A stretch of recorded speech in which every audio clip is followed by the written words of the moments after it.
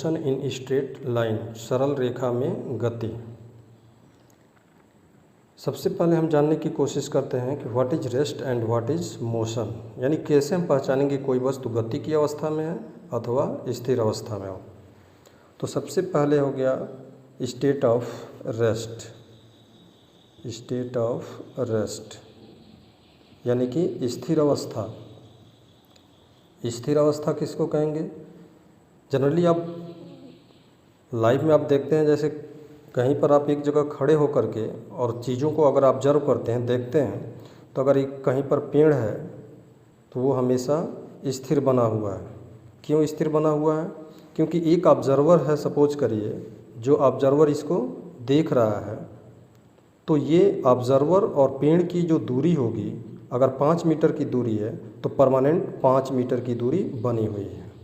यानी पेड़ अपने जगह से स्थिति चेंज नहीं कर रहा है, यहाँ से यहाँ नहीं जा रहा है, परमानेंट 5 बना हुआ है। एक सड़क पर अगर सपोज करिए कि कोई गाड़ी या कार जा रही है और इस कार को अगर वह व्यक्ति देखता है तो इस कार का इस व्यक्ति से डिस्टेंस हमेशा अगर एक जगह बना हुआ है, अगर कार रुकी हुई अवस्था में है, रुकी हुई अवस्था में और 10 मीटर की दूरी पर रुकी हुई है तो परमानेंट 10 ही मीटर बना हुआ है, तो कहा जाएगा कि ये स्थिर अवस्था में है। अगर कोई घर को ऑब्जर्व कर रहा है, सपोज करिए कि घर है कहीं पर और अपने घर का ऑब्जर्वेशन कर रहा है, तो परमानेंट जब खड़ा होकर के यहाँ से देखेगा तो परमानेंट अगर 10 मीटर की दूरी बनी हुई है तो हम कहेंगे कि घर जो है स्थिर अवस्था में है। तो कोई भी ऑब्जेक्ट अगर है और प्रेक्षक से, यानी प्रेक्षक जो देख रहा है उससे उसकी दूरी कभी भी चेंज नहीं हो रही है, परमानेंट उतनी ही बनी हुई है, तो हम कहेंगे कि वह वस्तु स्थिर अवस्था में है। इसका मतलब ये हुआ कि अगर हम इस वस्तु की स्थिति को अगर हम दिखाना चाहें तो वस्तु की स्थिति जो होती है, वस्तु की स्थिति समय के साथ परिवर्तित नहीं होती है, समय के साथ परिवर्तित नहीं होती है। और जब परिवर्तित नहीं होगी तो हम उसकी स्थिति यश का मतलब उसकी स्थिति, पोजीशन, कितनी दूरी पर है, उसको समय के फलन के रूप में नहीं लिख सकते हैं। एफ ऑफ टी का मतलब हो गया कि अगर वह दूरी निकालना चाहता है, स्थिति निकालना चाहता है, तो समय के फलन के रूप में नहीं मिलेगा और दूरी यश जो होगा हमेशा कांस्टेंट बना रहेगा समय के साथ। कांस्टेंट का मतलब स्थिर बना रहेगा, तो हम उसको स्थिर अवस्था कहेंगे। दूसरा जो होता है वो स्टेट ऑफ मोशन होता है। स्टेट ऑफ मोशन, गति की अवस्था। गति की अवस्था को कैसे पहचानेंगे? तो सपोज करिए कि एक एरोप्लेन है और ये जा रहा है और एक प्रेक्षक ऑब्जर्वर जो है, एक ऑब्जर्वर नीचे से उसको ऑब्जर्व कर रहा है और इसको खड़ा होकर के अगर देख रहा है तो एरोप्लेन किसी समय अगर सपोज करिए 50 मीटर की दूरी पर है तो अगले क्षण आगे बढ़ जाएगा और कुछ आगे चला जाएगा और इस कंडीशन में इसकी दूरी 50 मीटर से बदलकर 100 मीटर हो सकती है। तो जैसे जैसे समय बदलेगा एरोप्लेन आगे की ओर बढ़ता चला जाएगा, तो समय के साथ इसकी दूरी निरंतर क्या होती जाएगी? बढ़ती जाएगी, नहीं तो घटती जाएगी। इसी तरह से सपोज करिए कि अगर वह किसी गाड़ी को जाते हुए देख रहा है, सपोज करिए कि एक कार अब रुकी हुई अवस्था में नहीं है, अब ये इसके पोजीशन को अगर देख रहा है तो इस कंडीशन में क्या होगा कि अगर इसको देख रहा है और ये आगे की ओर जा रही है तो कंटिन्यूअस इसकी दूरी समय के साथ क्या होती जाएगी? बदलती जाएगी, तो इसकी स्थिति बदल रही है। तो अगर किसी वस्तु की स्थिति समय के साथ परिवर्तित होती है तो वो गति की अवस्था में होगा, गति की अवस्था में। और इस कंडीशन में हम वस्तु की स्थिति यहाँ से यहाँ तक जो है किसी समय सपोज करिए S1 है, फिर यहाँ चला गया तो S2 हो जाएगा, फिर यहाँ चला गया तो S3 हो जाएगा। तो हमेशा स्थिति बदल रही है, तो हम लिखेंगे कि स्थिति जो है समय t का एक फलन हो जाएगा। यानी स्थिति क्या होगा, समय t का एक फलन होगा, यानी फंक्शन हो जाएगा। फंक्शन का मतलब आप क्या समझ रहे हैं, जैसे मान लीजिए यस और टी में एक इक्वेशन आपको मिलेगा, तो चाहे एक घात का समीकरण हो, दो घात का हो, क्वाड्रेटिक, क्यूबिक, कुछ भी हो सकता है। जैसे एग्जाम्पल के तौर पर अगर हम देखें तो गति की अवस्था अगर समय का एक फलन है, तो इस केस में हम कैसे लिख सकते हैं कि गति की अवस्था में समय फलन स्थिति जो होगा समय का एक फंक्शन होगा, और समय का फंक्शन होगा तो हम इसको लिख सकते हैं जैसे s इक्वल 5t या s equal 3t square plus 1। तो ये भी एक फंक्शन कहलाएगा, ये भी एक फंक्शन कहलाएगा। अंतर क्या होगा कि जैसे इसमें हम t की वैल्यू 1, 2, 3, 4 रखते जाएं, तो 1 सेकंड पर इसकी स्थिति जो होगी t इक्वल 1 रखें तो 5 मीटर होगा, 2 रखें यहाँ पर तो 5 दूना 10 मीटर हो जाएगा, 3 अगर रखते हैं यहाँ पर तो 5 और 3 को मल्टीप्लाई करिए 15 हो जाएगा। इस तरह से आप देख रहे हैं कि 1 सेकंड पर वह 5 मीटर की दूरी पर है, 2 सेकंड पर 10, 3 सेकंड बाद 15 मीटर, 4 सेकंड बाद 20 मीटर। तो आप देख रहे हैं कि समय के साथ जैसे जैसे समय बढ़ रहा है उसकी पोजीशन यानी स्थिति वो कहाँ है, वो बदलता जा रहा है। तो हम कहेंगे कि वे गति की अवस्था कहलाएगी। यहाँ पर अगर देखें तो t का एक फलन है, लेकिन इस तरह का फलन नहीं है। इसमें t पे 2 घात पर निर्भर कर रहा है, यहाँ पर t के 1 घात पर निर्भर कर रहा है। यहाँ पर t की वैल्यू अगर हम 1, 2, 3 इस तरह से रखते जाएं तो स्थिति क्या मिलेगा, 1 अगर रखते हैं तो 1 का स्क्वायर 1 होगा, और 3 1 जा 3 प्लस 1 4 हो जाएगा। यानी 1 सेकेंड पर वो कितनी दूरी पर है, 4 मीटर। 2 सेकंड पर कितना होगा निकालना है, तो t की जगह पर 2 रखिए, 2 दूना 4 और 4 तिहाई 12 और 1 13 मीटर की दूरी पर चला जाएगा। 3 अगर रखते हैं t की वैल्यू तो 28 मीटर हो जाएगा। इस तरह से आप देख रहे हैं कि 1 सेकंड पर वह 4 मीटर की दूरी पर है, 2 सेकंड बाद 13 मीटर पर हो गया, 3 सेकंड बाद 28। तो क्या हो रहा है, स्थिति में चेंजिंग हो रही है, 4 से बढ़कर 13, 13 से बढ़कर 28 हो गया। तो अगर कंटिन्यूसली s की वैल्यू चेंज हो रही है समय के साथ तो कहेंगे वो गति की अवस्था में है। और गति की अवस्था में है तो यस और t में एक रिलेशन आपको मिलेगा। जैसे यहाँ पर 3t स्क्वायर प्लस 1 एक रिलेशन है, यहाँ पर 5t एक रिलेशन हो जाएगा। इस तरह से यहाँ पर आपको एक इक्वेशन मिलेगा, तो हम गति की अवस्था कहेंगे। अब गति की अवस्था अगर आती है तो इसमें कुछ आपको ये जानना होता है कि हम स्थिति और ये सब कैसे मेज़र करते हैं। तो इसके लिए कुछ टर्म यानी शब्द यूज किए जाते हैं गतिकी में। जैसे कार्तीय निर्देशांक तंत्र क्या होते हैं, कार्तीय निर्देशांक तंत्र, कार्टेशियन सिस्टम, कार्टेशियन सिस्टम। तो गतिकी में किसी भी वस्तु की स्थिति को मेज़र करने के लिए हम एक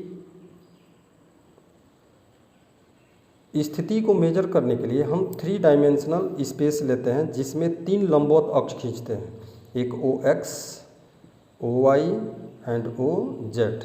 तीनों अक्ष एक दूसरे के लंबवत होते हैं। और इसमें किसी वस्तु की स्थिति अगर सपोज करिए P है तो इसके निर्देशांक को हम लिखते हैं X, Y और Z। तो इस तरह से हम स्पेस में किसी भी वस्तु की स्थिति को दिखाने के लिए 3 लंबवत अक्षों का जो प्रयोग करते हैं OX, OY और OZ, ये इसका कार्टेशियन सिस्टम कहलाता है या कार्तीय निर्देशांक तंत्र कहलाता है। तीनों अक्षों का कटान बिंदु मूल बिंदु होता है। तो हम किसी भी वस्तु की स्थिति को मूल बिंदु से इसको मिलाने वाले वेक्टर से डिफाइन करते हैं, या इससे इसकी दूरी को। अगर कोई बिंदु वस्तु यहाँ पर है Q पर, तो इसका एक्स वाई और जेड तीनों की स्थितियां बदल जाएंगी, तो यहाँ पर x1 y1 और z1 हो जाएगा। तो वह क्या होगा, O से इस Q की दूरी को बताएगा। इस तरह से ये कार्टेशियन सिस्टम हम यूज करते हैं गतिकी में, जिसकी स्थिति को x, y और z में डिनोट करते हैं। अब अगर कोई वस्तु गति की अवस्था में है तो आप कैसे उसकी दूरी, विस्थापन, वेग, ये कुछ टर्म इसमें यूज किए जाते हैं। तो दूरी और विस्थापन में क्या डिफरेंस होगा और कैसे आप जानेंगे। तो सबसे पहले हम देखते हैं डिस्टेंस, दूरी क्या चीज़ होती है। सिंपली दूरी की बात की जाए तो ये पथ की लंबाई को दूरी कहते हैं। पथ की लंबाई, पथ की लंबाई का मतलब सपोज करिए कि ये x एक्सिस है, ये y एक्सिस है, दोनों का कटान बिंदु मूल बिंदु O है। अगर एक कण सपोज करिए कि A पर है, फिर B पर पहुंच गया, तो A से B तक अगर पहुंचा है और A अगर सपोज करिए 2 मीटर की दूरी पर है और B बिंदु अगर 5 मीटर की दूरी पर है, तो A से B तक अगर यहाँ से यहाँ तक पहुँचा है तो हम पथ की लंबाई कैसे नापेंगे। तो B में से 2 को माइनस कर दें तो 5 - 2 यानी कि 3 मीटर हो जाएगा पथ की लंबाई। इस तरीके से यह जो है दूरी कहलाएगी कि कितना दूरी वह वस्तु चला है। तो हम कहेंगे कि 3 मीटर की दूरी तय किया है। लेकिन यही यहाँ पर तो यह कण एक सरल रेखा में चल रहा है, तो सरल रेखा में हम अंतिम बिंदु और प्रारंभिक बिंदु को घटा दिए हैं तो 3 मीटर मिला है। लेकिन अगर मान लीजिए कि अगर वही वस्तु टेढ़े मेढ़े रास्ते पर चलती, पहले सपोज करिए कि इधर की ओर 5 मीटर चला होता और फिर यहाँ से घूमकर इधर की ओर 3 मीटर चला होता, तब नेट चली गई दूरी कितनी होती। तो इस केस में इस यहाँ से यहाँ तक ये पथ की लंबाई 5 मीटर और यहाँ से यहाँ तक पथ की लंबाई 3 मीटर मिल करके यानी कि 8 मीटर हो जाएगा। न कि यहाँ से यहाँ तक ये इसकी चली गई दूरी नहीं है। तो 5 और 3 टोटल डिस्टेंस। अगर मान लीजिए कोई पार्टिकल कर्व पर चल रहा है टेढ़े मेढ़े रास्ते पर, तो इस केस में यहाँ से यहाँ तक टोटल इस पर ये लेंथ आप लेंगे, तो पूरे इस पथ कर्व की पूरे लेंथ को आप नापेंगे तब पथ की लंबाई होगी। जबकि A से B तक इसको ज्वाइन करने वाली ये जो लाइन है ये इसकी दूरी नहीं होगी। तो सिंपली कह सकते हैं कि पथ की लंबाई को हम दूरी कहते हैं। पथ की लंबाई को दूरी कहा जाता है। विस्थापन अगर देखें तो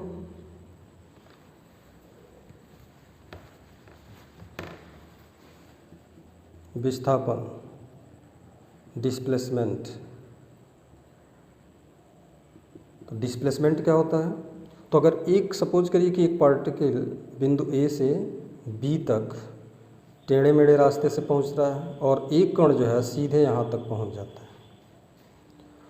तो यह जो टेढ़ा मेढ़ा रास्ता है ये टोटल इसके पथ की लंबाई है, तो ये इसकी दूरी कहलाएगी। लेकिन A से B यानी प्रारंभिक बिंदु और ये जो है आपका अंतिम बिंदु है, प्रारंभिक और ये अंतिम बिंदु, दोनों को मिलाने वाली ये जो सीधी रेखा है ये इसका विस्थापन कहलाएगा। तो ये आपका विस्थापन है, जबकि ये जो रास्ता है ये इसका दूरी कहलाएगा। तो वास्तव में क्या हुआ, ये एक निश्चित डायरेक्शन, ये एक दिशा होगी, ये दिशा को बता रहा है कि एक निश्चित दिशा में। तो एक निश्चित दिशा में तय की गई दूरी को या पथ की लंबाई को विस्थापन कहते हैं।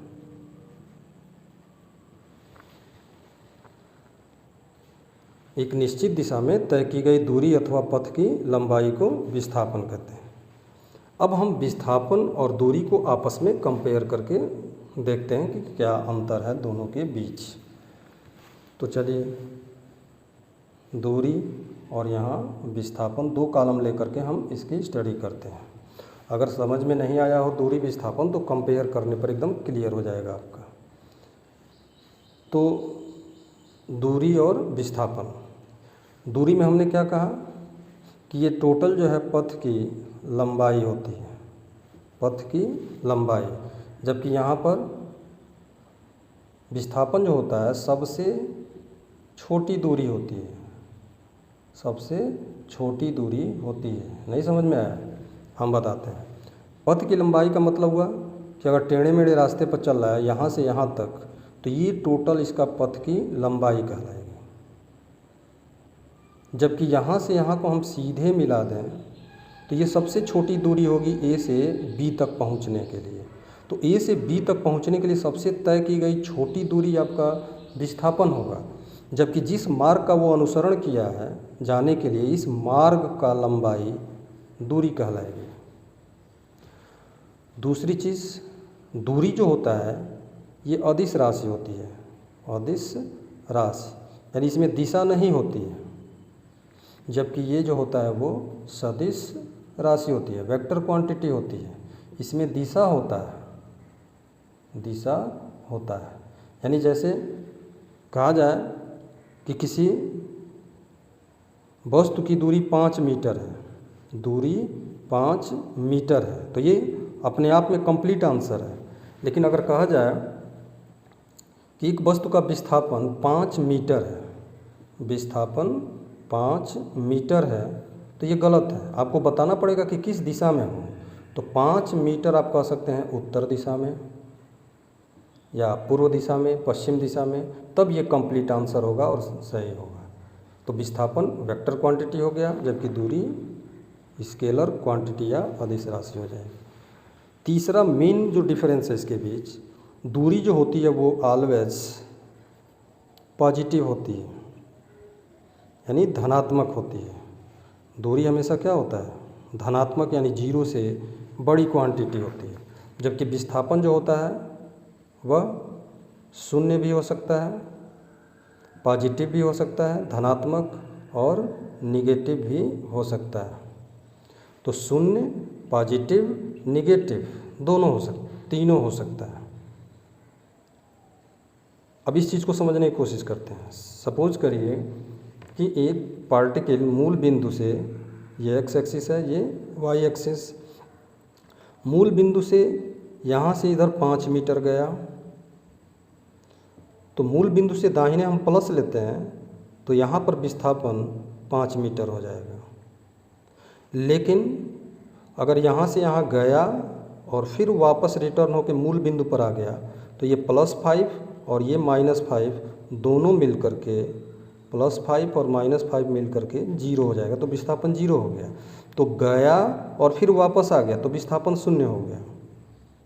और फिर मूल बिंदु के अगर इधर की ओर चला गया, सपोज करिए ओ से बी तक, यहाँ तक, तो मूल बिंदु से बाईं ओर चला है तो इधर जो है 5 मीटर, ये निगेटिव हो जाएगा। तो निगेटिव भी विस्थापन हो सकता है, पॉजिटिव भी हो सकता है, और जाकर वापस लौट आया तो शून्य भी हो सकता है। जबकि दूरी हमेशा पॉजिटिव ही होगी, कभी भी निगेटिव नहीं हो सकती है।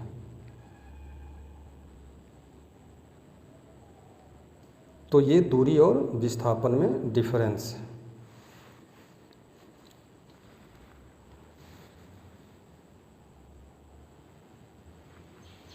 नेक्स्ट 4, अगर दूरी और विस्थापन का कंपेयर किया जाए तो इस केस में दूरी हमेशा बड़ा होता है, जबकि विस्थापन जो होता है दूरी से हमेशा छोटा नहीं तो बराबर हो सकता है। कभी भी विस्थापन अधिक नहीं हो सकता है। जैसे यहाँ कहा जाए कि दूरी हमेशा अधिक होती है और नहीं तो बराबर हो सकती है विस्थापन के। तो दूरी बड़ी और विस्थापन छोटा होता है। अगर हम दूरी में विस्थापन से डिवाइड करें तो दूरी और विस्थापन का जो रेशियो होता है वो हमेशा 1 से बड़ा होता है। दूरी और विस्थापन का रेशियो अनुपात हमेशा 1 से बड़ा होता है। और अगर एक पार्टिकल, जैसे सपोज करिए कि x अक्ष के अंदिश एक सरल रेखा में चल रहा है, सरल रेखा में चल रहा है, तो सरल रेखा में अगर मूल बिंदु O से A तक गया है, तो अगर ये दूरी अगर 5 मीटर है तो यहाँ पर विस्थापन भी 5 मीटर होगा और दूरी भी कितनी हो जाएगी, 5 मीटर ही होगी। तो अगर कोई वस्तु, यदि कोई वस्तु सरल रेखा में गति कर रही है, गति करे, तो विस्थापन तथा दूरी समान होते हैं। लेकिन अगर टेढ़े मेढ़े रास्ते पर चल रहा है तो दूरी अगर आप देखें, मान लीजिए इस तरह से तय किया, तो इस पॉइंट A से B तक जाने में यहाँ से यहाँ तक ये पथ ज़्यादा लंबा होगा, जो कि दूरी होगा, जबकि प्रारंभिक और अंतिम बिंदु को मिलाने वाली ये जो रेखा है, सबसे छोटी दूरी, ये इसका विस्थापन होगा।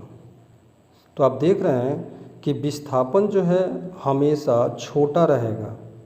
तो अगर वक्र मार्ग पर वस्तु गति करता है तो दूरी बड़ी हो जाएगी और विस्थापन छोटा हो जाएगा। तो वक्र मार्ग के लिए दूरी सदैव विस्थापन से बड़ी होती है।